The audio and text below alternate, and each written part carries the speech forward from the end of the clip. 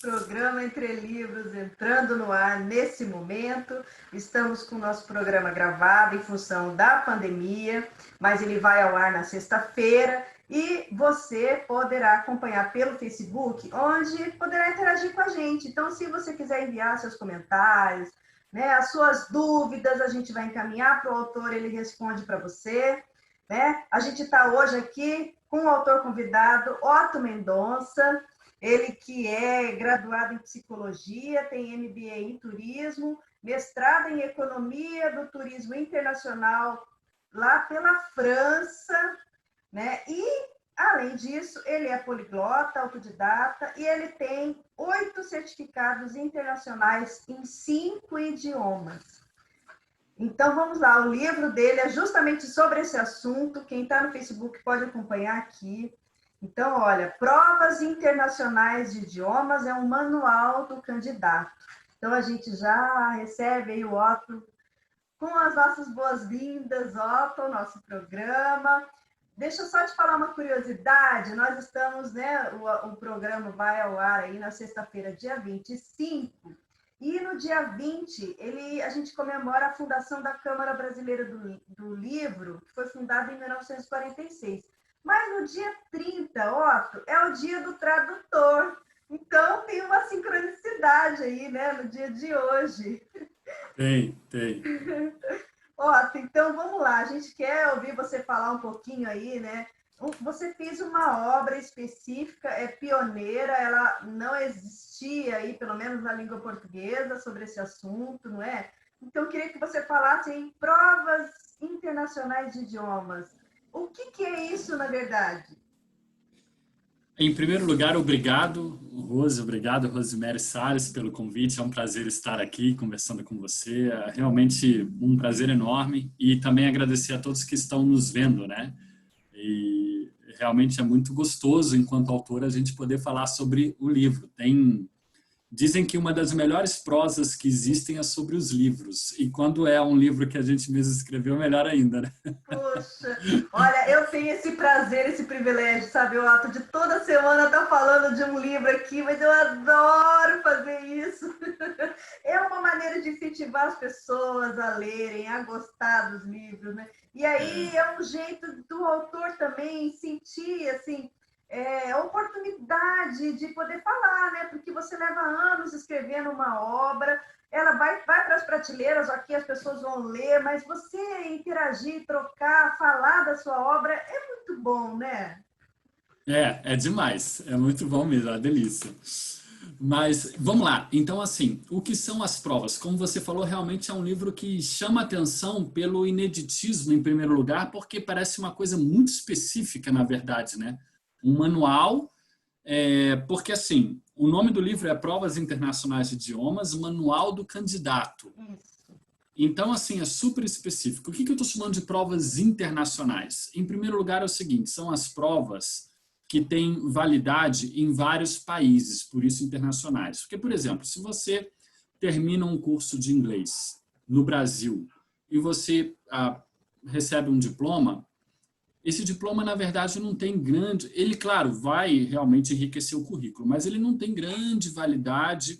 No próprio Brasil, o MEC não reconhece, né, em primeiro lugar, e depois, se você vai para o exterior, você fica um pouco em dificuldade de ter esse diploma aceito, reconhecido. Então, qual que é a grande dica para quem está estudando um idioma e precisa mostrar que aprendeu, para diversos fins, né, seja profissionais, seja acadêmicos, é você fazer uma prova internacional. Então, por exemplo, no que diz respeito ao inglês, o que eu estou chamando de prova internacional? Seria os exames de Cambridge, né? Tem uma série de exames de Cambridge, o TOEFL, o IELTS, eu só falei as das mais famosas, né? Todas essas são provas de Cambridge, Rose, todas elas, perdão, são provas internacionais.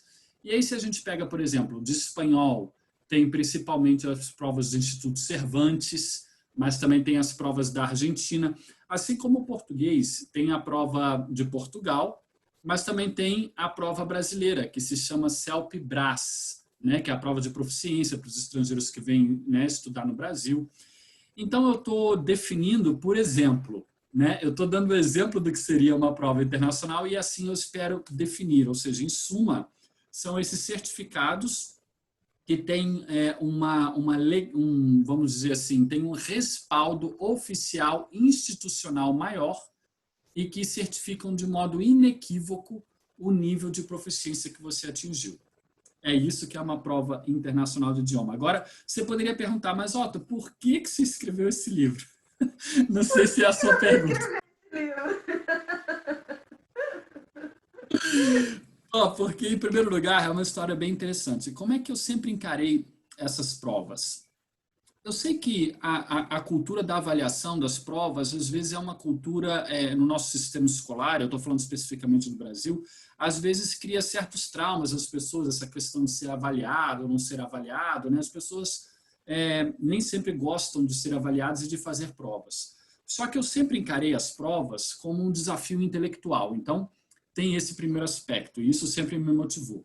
Mas tem um outro aspecto que ajuda muito quem está aprendendo idioma. O que eu quero dizer com isso? As pessoas começam a estudar idiomas, Rose, e geralmente elas param ou têm dificuldades de chegar até um nível que queria, por várias razões, mas entre elas, a falta de motivação e principalmente a falta de um objetivo claro. Onde que a pessoa quer chegar, dentro de quanto tempo e o que ela precisa fazer para chegar até lá. Então, ela precisa ter métricas bem claras e mensuráveis. Tem que ser uma abordagem um pouco estratégica mesmo para um aprendizado de idiomas. E as provas dão isso para você. Então, no meu processo de aprendizado de idiomas, porque como eu trabalho com isso, os idiomas fazem parte da minha vida, né? Então, eu fiz uma convergência entre algo que era um hobby, um prazer, ou, enfim, e a profissão. Então, eu fiz uma confluência, de modo que, no meu aprendizado de idiomas, eu sempre colocava como objetivo, de médio ou de longo prazo, fazer uma prova. Não pode ser tão longo prazo assim, senão você também perde a capacidade de medir, né? Então, era mais um objetivo de curto prazo e de médio prazo, você coloca uma prova, e ao você estudar para passar nessa prova, você está aprendendo o idioma. Ah, entendi. É como se Entendeu? fosse Então, você... a cenoura, né? Tá. Porque, assim, eu sou uma dessas que já comecei e parei várias vezes, né? Tem uma questão também que é a didática, né? Às vezes aquela didática não é motivadora, né? E você desanima, você fica... Começa os cursos e é sempre do mesmo jeito. I am, you are. Desanima, né? Desanima. Agora, você fala de provas e você fala de testes. São coisas diferentes?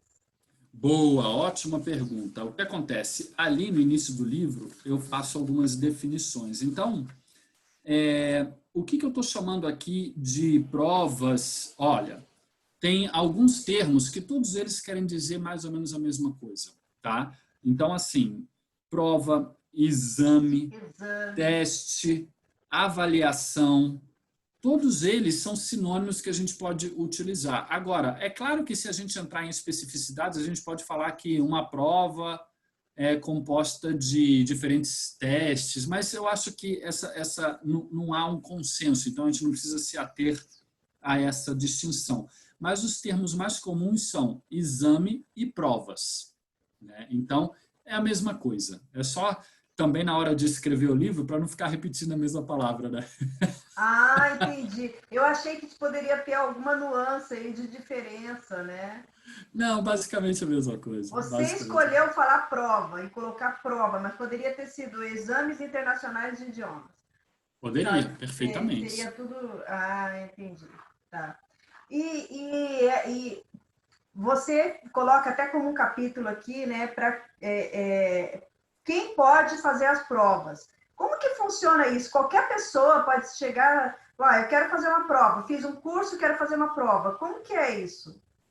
Olha, assim, bem tranquilo, você vai chegar num centro aplicador da prova, que, por exemplo, para as provas de Cambridge, geralmente é a cultura inglesa ou tem outras escolas.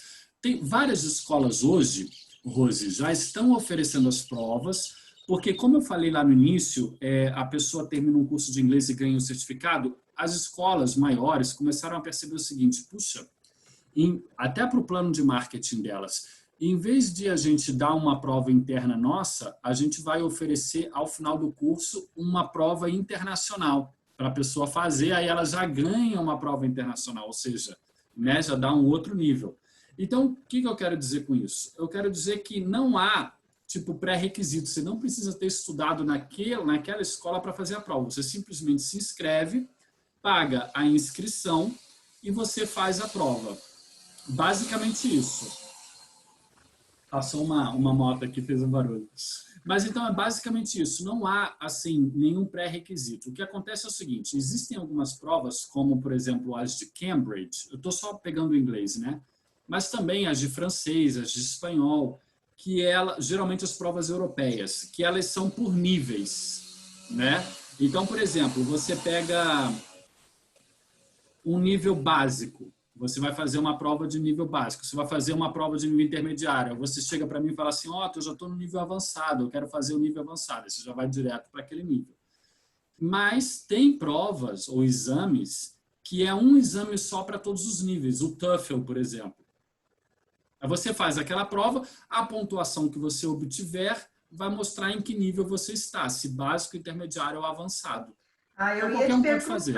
eu ia te perguntar isso, né? Porque às vezes a pessoa só tem o intermediário, ela vai fazer uma prova para intermediário, a pessoa não precisa dominar absolutamente tudo para ela poder fazer uma prova, ela vai pelo nível que ela está, é mais ou menos por aí. Exatamente, exatamente. E até porque a gente pode imaginar que as provas de nível mais avançado, inclusive, Rose, elas são bastante complicadas. Por exemplo, você pega uma prova de nível super avançado, o maior nível que tem de inglês, os nativos da língua inglesa teriam dificuldade de responder.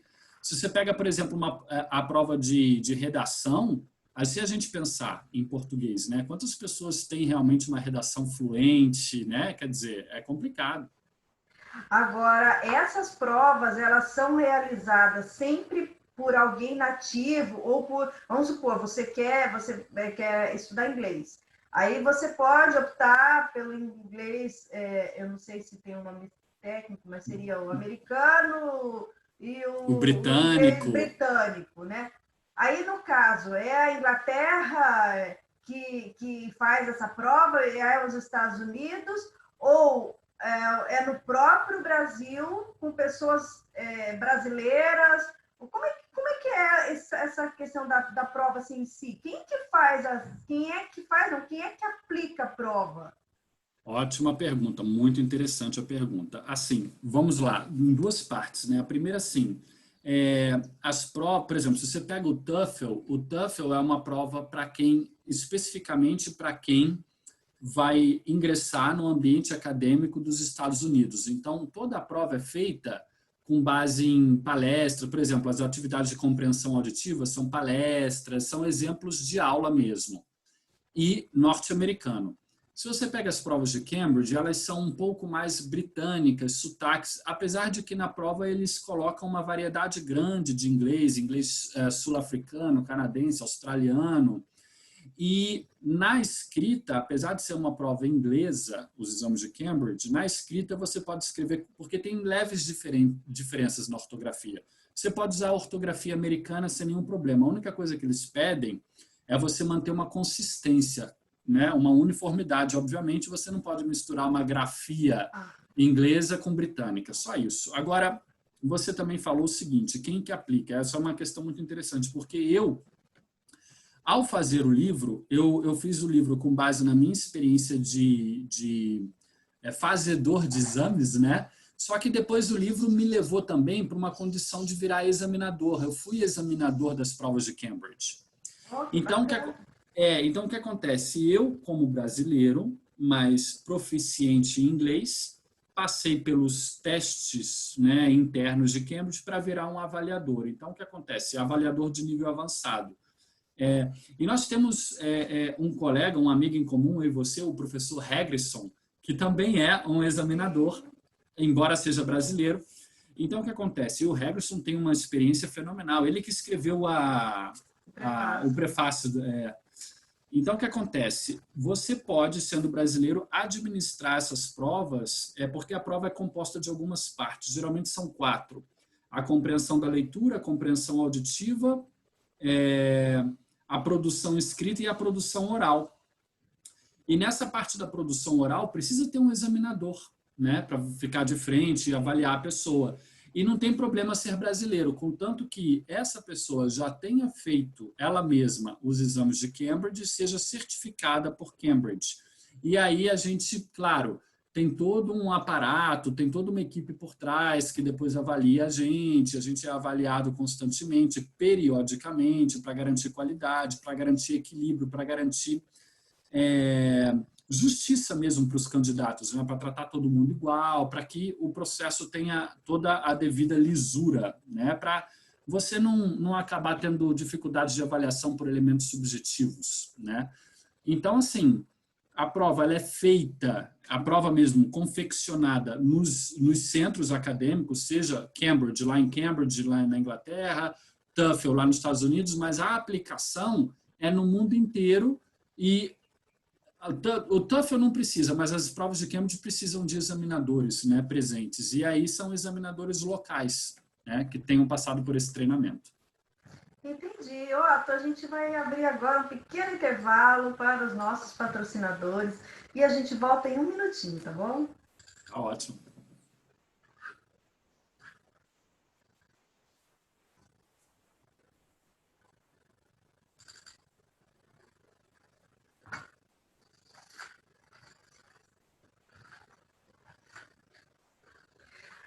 Estamos aqui hoje, programa Entre Livros, conversando com o Otto Mendonça sobre a obra dele, Provas Internacionais de Idiomas. Otto, em todas as provas sempre tem uma avaliação escrita e uma avaliação oral, necessariamente, independente de qual nível, se a pessoa está no intermediário, está no avançado, está no nível básico, como que é? Obrigatoriamente a pessoa tem que saber falar e escrever para ela poder passar numa prova?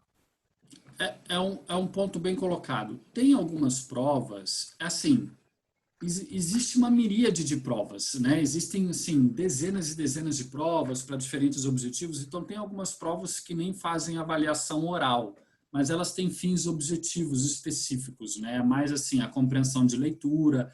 Por exemplo, algumas provas que são aceitas por programas de mestrado, né? Elas aceitam esses exames que testam só a compreensão de leitura, porque eles julgam que um mestrando precisa só ser capaz de ler, né, os textos da sua área.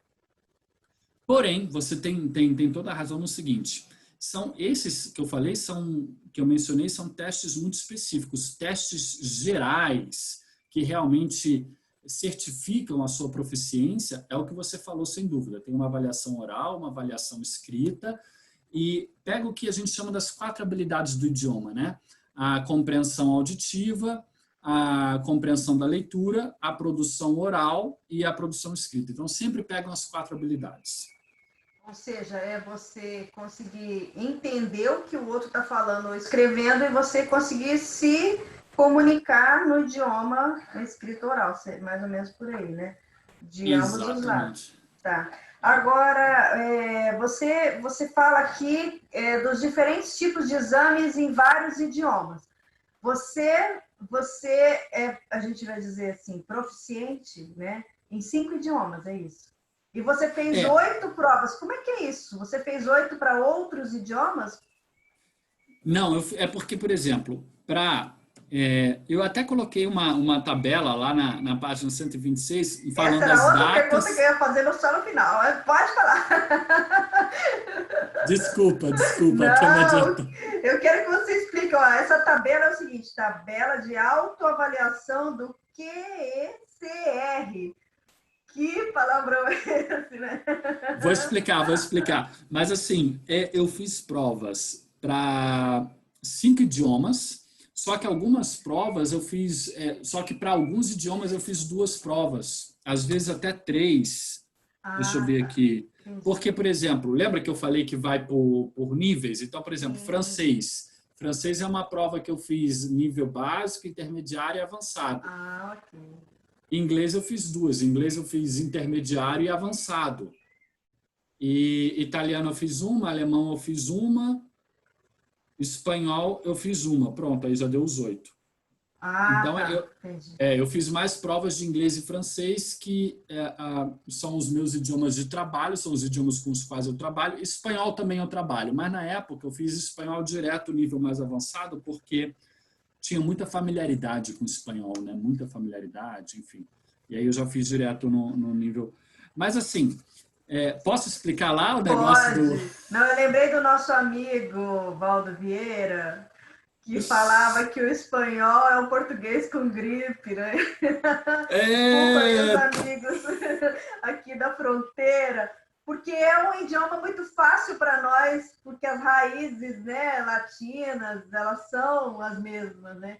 Então, foi mudando, mas elas são muito próximas, né? Muito fácil, muito mais fácil para a gente, né, que domina o português, entender o espanhol, né? Mas não, o professor Valdo tinha várias tiradas, né? Ele dizia que o inglês era língua bárbara e o pessoal ficava mordido, né? Mas é justamente isso, quer dizer, realmente, uma coisa que a gente não pode negligenciar, eu acho que é importante nisso que a gente está brincando, e eu, como profissional dos idiomas, como tradutor e intérprete, como intérprete eu vejo muito isso. Eu vejo que, às vezes, Rose, os profissionais... É porque, como profissional, a gente tem que saber uma língua estrangeira e tem que saber muito bem. Mas isso não pode ser feito em detrimento da língua materna, né? Ou seja, a gente nunca pode negligenciar a nossa língua materna, porque é o principal trunfo do intérprete, do tradutor ou do profissional de idiomas é a sua própria língua, porque é justamente aquela que você vai dominar mais, né? isso é sério. Eu pensei, eu lembrei agora, eu sou revisora, não sou tradutora, mas eu peguei um trabalho de revisão de uma tradutora de espanhol. Eu tive que fazer a revisão de uma pessoa que é tradutora do espanhol para o português, que não domina o português. E aí a própria tradução fica comprometida, porque a pessoa ela é tradutora, mas ela não domina direito a outra língua. Então, isso é muito sério, na verdade, né? Você tem que dominar as duas, porque não tem jeito. Você tem que saber minimamente, pelo menos, a sua língua para você poder falar e escrever na outra língua, né? Por exemplo, você vê isso.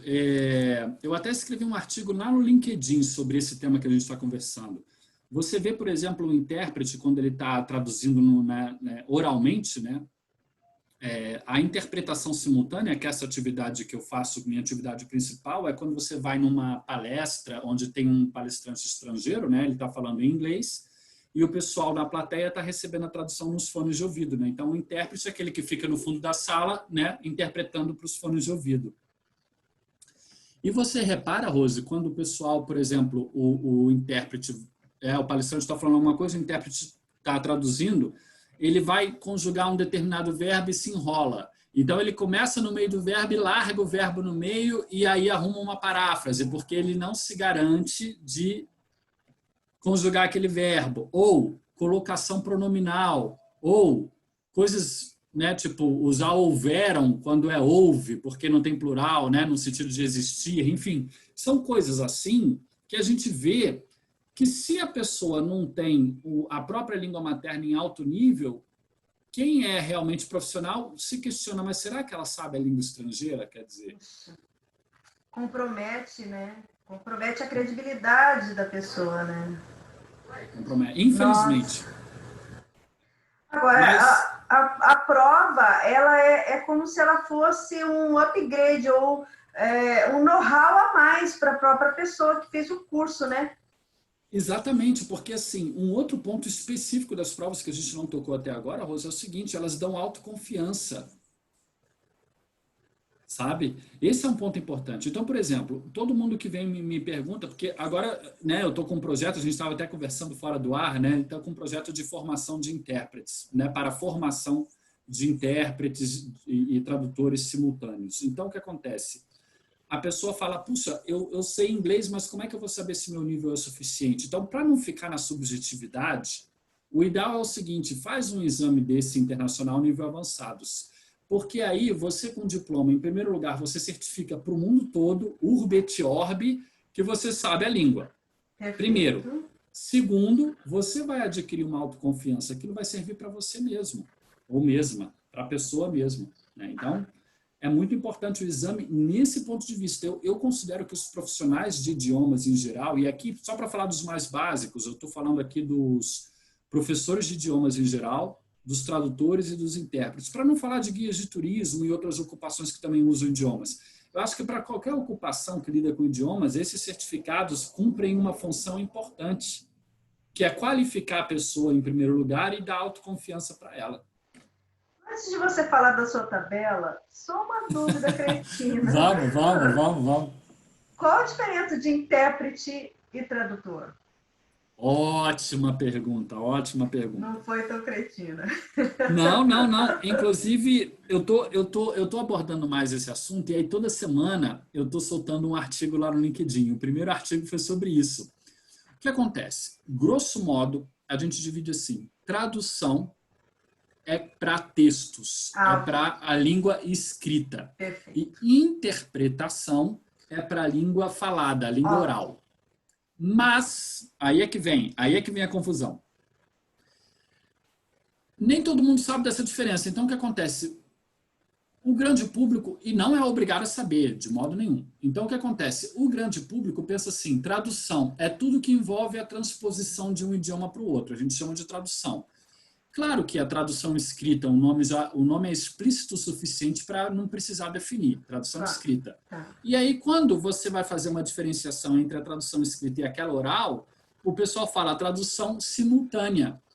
O adjetivo simultânea deixa claro que se trata... Só pode ser simultâneo se for oral, senão não faz sentido. Claro, né? claro. Então, tem uma sabedoria no grande público quando fala tradução simultânea, ou seja, já está criando uma oposição muito clara entre a tradução escrita e a oral, que a gente chama de interpretação.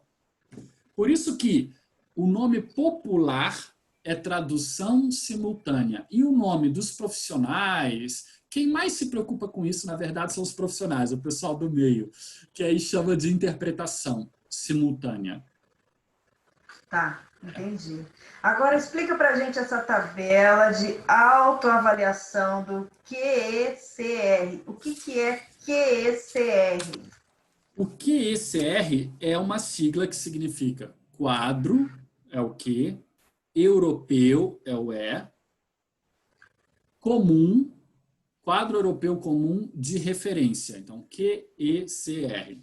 Por que esse quadro europeu comum de referência? Porque dentre os afazeres da União Europeia, eles foram obrigados a uniformizar os padrões de avaliação linguística. Otto, mas por que isso? Porque, veja bem, se você tem uma união, como eles têm na Europa, onde tem mobilidade da mão de obra, o que é isso? Você tem, por exemplo, um professor francês vai dar aula no Reino Unido. Aí ele chega com um diploma da França, mas um diploma de inglês, só que o diploma é francês, uma escola francesa que deu. Aí ele chega lá, Rose, no Reino Unido e fala, olha, eu tenho um diploma aqui de inglês avançado. Aí o pessoal na Inglaterra vai olhar e vai falar, não, mas de acordo com os nossos padrões, esse seu diploma aí é só de nível intermediário para a gente, então não serve. Então, para evitar essas diferenças nacionais de avaliação, cada país com seus critérios de avaliação, eles uniformizaram para toda a Europa e criaram um quadro europeu comum de referência para as línguas. O que isso significa?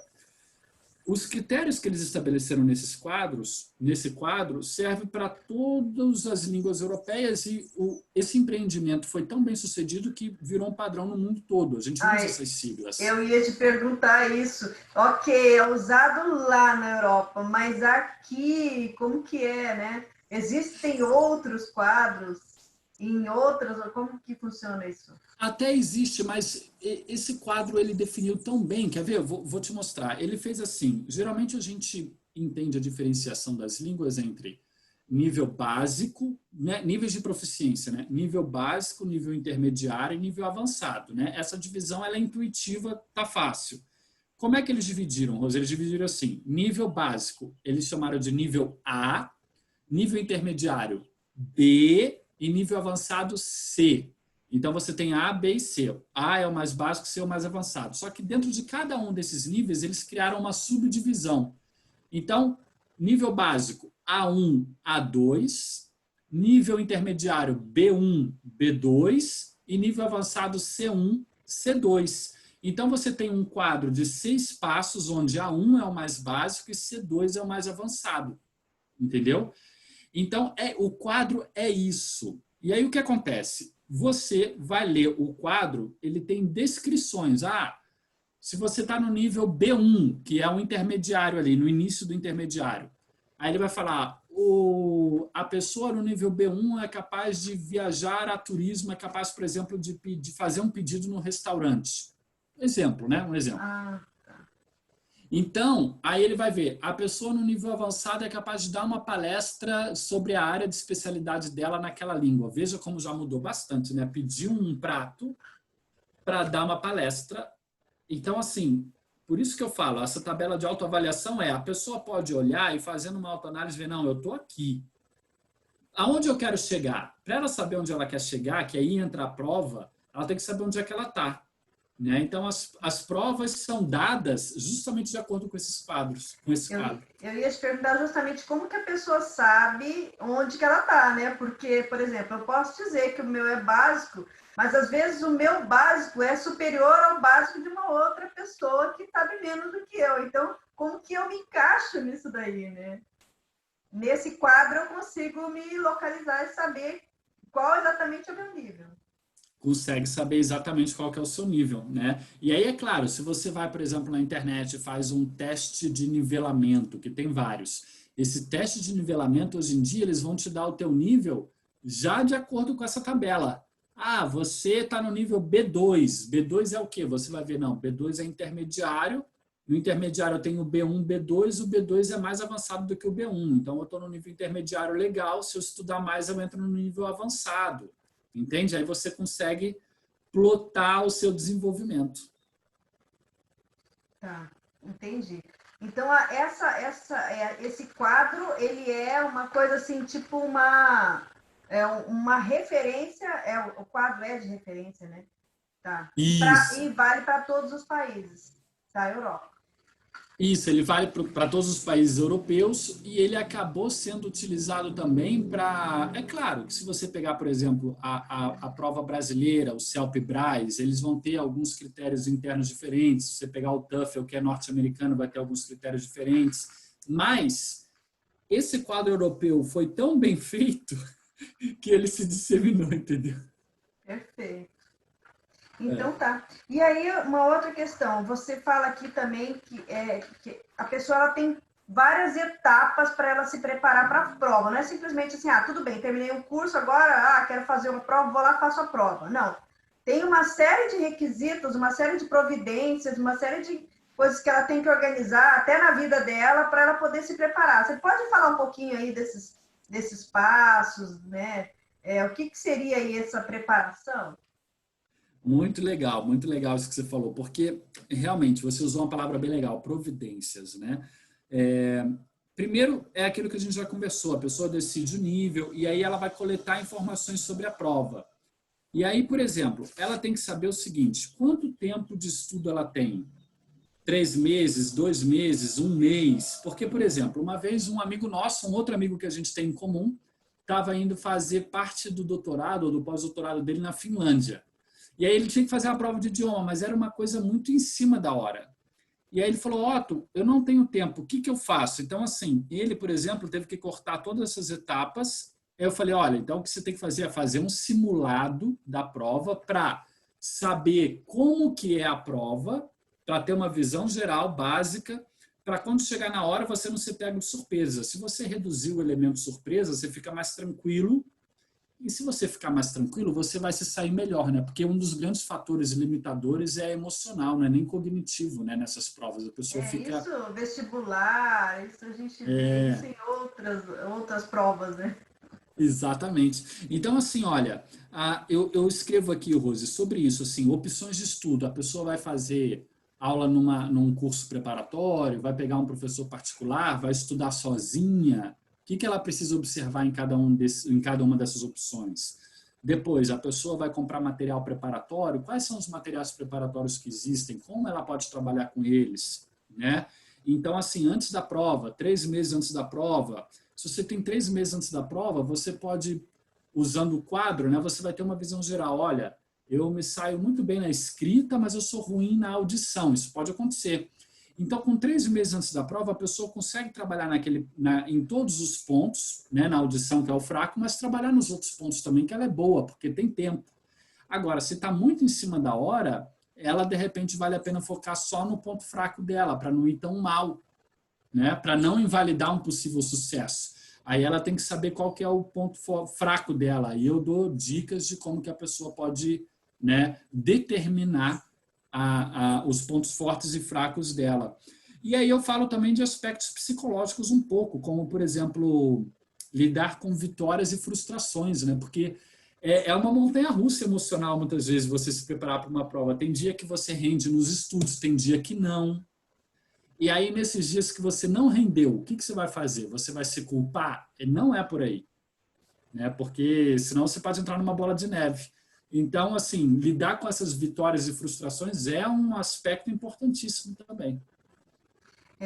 Isso em vários contextos, em outras provas também, né? Porque a pessoa cria tanta expectativa para chegar naquele momento e às vezes chega naquele momento ela congela, né? Dá um branco. Verdade. Otto, a gente está então conversando aqui com o Otto Mendonça, provas internacionais de idiomas. A gente vai chamar os nossos comerciais e em um minutinho estaremos de volta.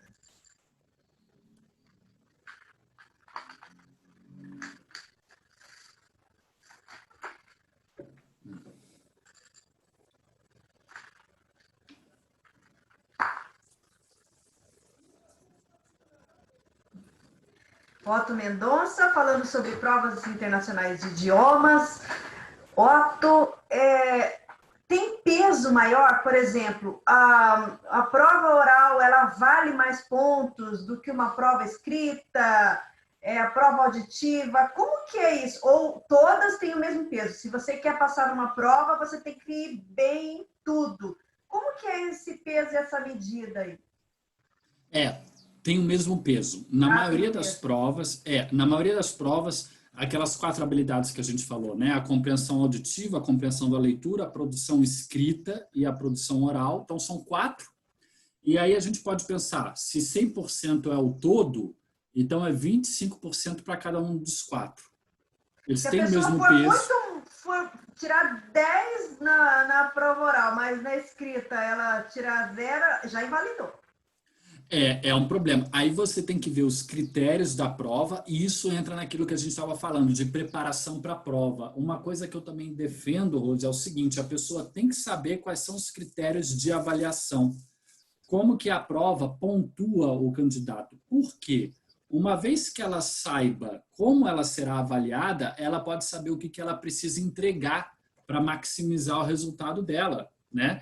Então, ela precisa saber assim, se eu for muito mal num paper, numa parte da prova, eu posso acabar não passando? Como é que funciona? Então, assim, de modo geral, a gente pode falar que é um equilíbrio, né? Esses examinadores, esses órgãos examinadores, eles entendem o idioma como uma habilidade única que a gente faz essa divisão só por didática, né? Então, por isso que eles atribuem peso igual a cada uma dessas habilidades. E você coloca aqui nessa preparação papelada, materiais, ou seja, não é só a pessoa falar, eu quero fazer uma prova, é toda uma burocracia que envolve esse negócio? Como que é? Porque assim, sou eu, né? Eu sou assim, eu não sei, eu tô com meus papéis aqui, eu não sei se você é assim também. A gente vai escrevendo, vai tomando nota, né? E aí vai criando um monte de papel. Então, por exemplo, outra coisa. Eu achei que era documentação que você tinha que providenciar para poder levar. Também, mas, por exemplo, vamos supor que a maioria dessas provas, agora, em tempos de pandemia, eles estão acelerando acelerando a administração dos exames pelo computador. Mas ainda há muitos exames que são feitos no papel. Isso significa você fazer as redações à mão. Então, o que acontece? Quando você está treinando para essas provas, é claro que é muito mais inteligente você treinar as redações à mão, porque é a situação que você vai ter na prova. Então, não adianta, né, digitar no computador, porque tem questão de você pegar velocidade, né, e legibilidade, né, no seu manuscrito. Então, ao testar, ao você fazer, sei lá, dezenas de redação, se você tem 3 meses, vamos supor, se você faz 3 redações por semana, você está se dedicando seriamente a um exame, 3 redações por semana, dá 12 no mês. Se você tem 3 meses, você faz 36, já pensou, 30 redações, você acaba criando uma papelada ali. Entendi. Né? E aí é importante você entregar essas redações para alguém dar um feedback, e aí anotações várias. É porque eu sou muito de anotar, então acaba criando uma papelada que você tem que administrar. E essa papelada é interessante também porque, Rose, olha só, muitas vezes você marca um horário, todo mundo sabe, é meio que senso comum o fato da gente ter horário certo para estudar, né? Só que, na vida real, a gente sabe que às vezes naquele horário certo a gente não está com vontade. E a gente, eu quero enrolar. Sabe o que acontece? Para você não se enrolar, eu não estou a fim de estudar. Então, começa mexendo na papelada, começa a organizar essa papelada. Isso já vai fazer você entrar no clima e aí você acaba estudando, entende? Então, você começa a criar estratégias para você não perder aquele horário.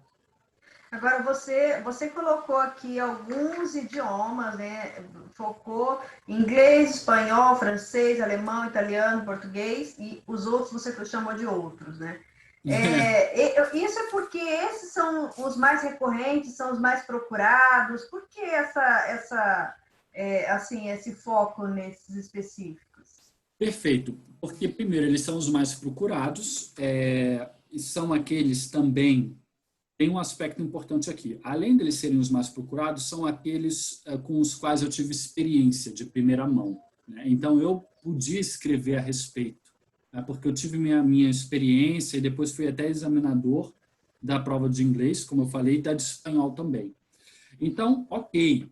Agora, por exemplo, os outros idiomas eu coloquei aqui a título de informação, né? Por isso que eu fiz um capítulo só para todos eles. Eu falei, por exemplo, do árabe, do chinês, do grego moderno, do holandês, do japonês, do latim, até do latim e do russo. Então, são idiomas, por exemplo, latim eu estudei um pouco, por conta, com o nosso amigo Laurentino, grego, moderno, muito pouco, holandês também muito pouco, mas assim, foi mais, né, níveis iniciais, eu não levei para frente. Mas o que acontece? Então, esses idiomas eu não tenho experiência para falar a respeito. Dos outros eu tenho, e que são também os mais conhecidos. Então, como eu quis fazer um manual sério, sólido para o candidato, eu quis dar uma orientação segura, né, para quem fosse fazer os exames. Por isso que eu coloquei nessa ordem. E aí, no caso, a pessoa, não só porque ela quer atuar como tradutor ou intérprete, mas em termos de currículo, se ela tem a prova, isso para ela já né, pesa no currículo dela, né? Pesa bastante, porque você imagina, claro que assim, muitas vezes você faz a prova porque estão te exigindo fazer uma prova. Vamos supor que você vai fazer um mestrado no Canadá, Rose. Aí você vai ver que um dos requisitos deles é você ter um exame de inglês. E aí eles listam os diferentes exames que você pode fazer. Então, não é uma escolha sua fazer a prova ou não. Estão pedindo para você que você entregue uma prova, realmente um certificado de inglês. Agora, você pode fazer também, imagina que você trabalha numa empresa e uma empresa multinacional, e você está pleiteando dentro de 1, 2 anos, uma vaga no exterior, né, trabalhar numa filial internacional. Então, para melhorar o seu currículo profissional, você busca fazer a prova. Então, existem diferentes tipos de público-alvo para essas provas, diferentes interesses, né? E aí a pessoa pode procurar as provas por causa disso. Seja os interesses mais comuns são acadêmicos e profissionais. Agora você coloca uma declaração de foco pessoal. É... Essa coisa... Explica pra gente um pouquinho o que é. É, É como você coloca assim, olha, uma determinação para você mesma do que você quer, né? Isso, mais ou menos, de onde você quer chegar, né? meus amigos chamam isso de coisa de nerd. Não deixa de ser, né? Não deixa de ser. É assim, olha só. O que acontece? É aquilo que a gente estava falando no início sobre o aprendizado de idioma, que às vezes a gente para, e não só com o idioma, né? Com várias coisas na vida, né, Rose? Enfim, com vários empreendimentos nossos. Às vezes a gente começa, não termina, ou quando começa e percebe que há obstáculos, começa a fraquejar, né? Esmorecer. Então, o que acontece? Quando você tem uma declaração pessoal de foco pregada em algum lugar à sua vista, aquilo alimenta a sua força de vontade. Então, é um pouco, a filosofia por trás é essa, para você manter a sua vontade firme. E isso o foco ajuda, quando a gente tem foco, né? Então, eu fiz esse apêndice para a pessoa escrever a declaração de foco dela. Por exemplo, o meu objetivo com o alemão é passar na prova do Instituto Goethe. Para isso, eu estudarei 3 vezes, todo dia, 2 horas, por exemplo. Aí eu tenho 3 meses até a data da prova. Então, a pessoa sabe que durante 3 meses ela vai estudar todo dia 2 horas. E o que acontece? É lógico que, conforme vai chegando perto da prova, eu até falo isso no livro, por exemplo, uma semana antes da prova, Rose, cara, é bom você não, sabe, é bom você abrir mão de todos os compromissos sociais e ficar muito focado, ficar bem focado. Então, uma dedicação forte, séria, qualquer empreendimento, mas os exames também. E eu quis trazer um pouco dessa noção de comprometimento, porque para a gente realmente integrar um idioma no nosso jeito de ser, no nosso modo de pensar, a gente precisa viver esse idioma, respirar esse idioma. Ele precisa virar uma segunda pele. E isso exige.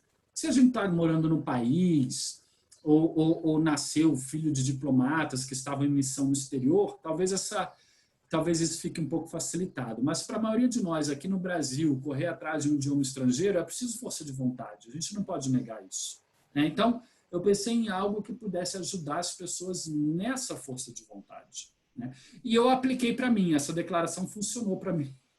Ele seria um termo de compromisso, né? Que a pessoa assume com ela mesma, né? Adorei. De cumprir determinado, olha, a meta é essa e eu vou me organizar assim, assado. Porque a dispersão é um fato, né?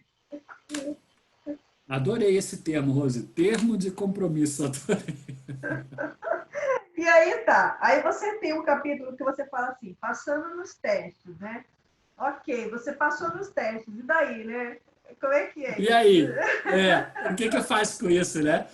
Olha só, aí volta naquilo que a gente falou dos objetivos da pessoa. Mestrado, doutorado, você precisa para poder mostrar para a banca e ser aprovado no programa. Beleza. Profissionalmente, vai para o currículo e você já, em seguida, vai pleitear alguma vaga internacional. Profissionais dos idiomas, aquilo é um processo de aprendizado de contínuo, desenvolvimento contínuo. Então, tem isso. Às vezes, não necessariamente você terá uma aplicabilidade imediata para aquele diploma. Contudo, ele é contabilizado como um dos elementos do seu aprendizado contínuo, do seu desenvolvimento contínuo, né? Então, eu encarei um pouco assim, né? Então, no decorrer da minha qualificação profissional, eu já incluí esses certificados. E aí, a exigência de você mostrar esse certificado pode aparecer nos momentos mais inesperados. Alguém pede ou há uma necessidade de mostrar, mas você já tem. Por quê? Porque você fez seu dever de casa e no seu processo de qualificação profissional, você já incluiu esses diplomas. E a gente não pode negligenciar, Rose, aquilo que a gente falou da questão da autoconfiança também, né? Ou seja, na verdade é assim, você tocou num ponto muito interessante, que é o seguinte, a maioria das pessoas faz os exames por obrigação. Quando você entende que esses exames podem ser um instrumento para o seu próprio aprendizado, você vira proativo e você busca fazer sem uma exigência externa. Aí você vira o jogo. Agora, você colocou tanto no seu currículo, quanto aqui dentro do livro, uma parte onde você fala do autodidatismo. Você é formado em psicologia, você tem mestrado em economia do turismo, não é isso? E você, através do autodidatismo, você se encontrou aí estudando idiomas, mexendo com isso, e a sua atividade profissional acabou sendo essa, né? Fala um pouquinho disso. Não, isso que você tocou é muito legal, porque eu confesso que no início eu tinha um certo sentimento de culpa, porque eu ficava assim, nossa, mas eu me dediquei tanto a outras áreas, estudei psicologia e acabei não atuando, eu nunca atuei profissionalmente com a psicologia. Poxa. Mas a vida foi me levando a isso, né? Então, assim, a gente também não pode recusar as coisas que vêm à nossa mão, né? Às vezes elas vêm por algum motivo. Então, o que acontece? Realmente, com a questão dos idiomas, eu fui largamente autodidata. Claro, aí seria um outro programa a gente discutir autodidatismo, como é que é isso, como é que funciona, porque a questão de ser auto... Eu acredito, Rose, e eu estou usando o termo acreditar assim, por via de experiência, né? Que todo mundo é autodidata. No seguinte sentido, quando a pessoa encontra um assunto que lhe interessa, genuinamente, a pessoa se aplica a ler livros sobre aquilo, sem ninguém obrigar ela. Você pode reparar. Aí a pessoa vai falar assim, eu não gosto de estudar, porque ela acha que, por exemplo, se ela está lendo livro de culinária, ela acha que não é estudo. Mas é. Ela está estudando, ela está se aplicando. Então, o que acontece? Para mim, todo mundo é. Todo mundo é e todo mundo tem esse potencial. A questão é achar o interesse principal dela, o que mexe com ela. Né? Então, assim, como eu percebi que essa questão dos idiomas, e principalmente esse meu trabalho de intérprete, reunia várias questões que eu gostava, por exemplo, reúne a questão de oratória, a questão de retórica, que é uma coisa que eu gosto. Eu gosto de falar. Eu gosto de lidar com línguas estrangeiras, com culturas diferentes. Então, olha, como eu já vou... Porque se fosse só lidar com cultura estrangeira, eu poderia trabalhar com outra coisa. Eu poderia continuar trabalhando com turismo, né, como eu trabalhei. Mas eu gosto de falar. A interpretação, por exemplo, como eu traduzo evento de qualquer assunto, me dá a oportunidade de ter uma visão geral do conhecimento, coisa que me atrai imensamente. Então, assim, eu fui juntando vários itens que eu vi, puxa vida, parece que a interpretação é um dos últimos refúgios do Homo Universalis lá do Renascimento. Eu falei, é aqui mesmo. Entendeu? Eu falei, é aqui mesmo que eu vou ficar.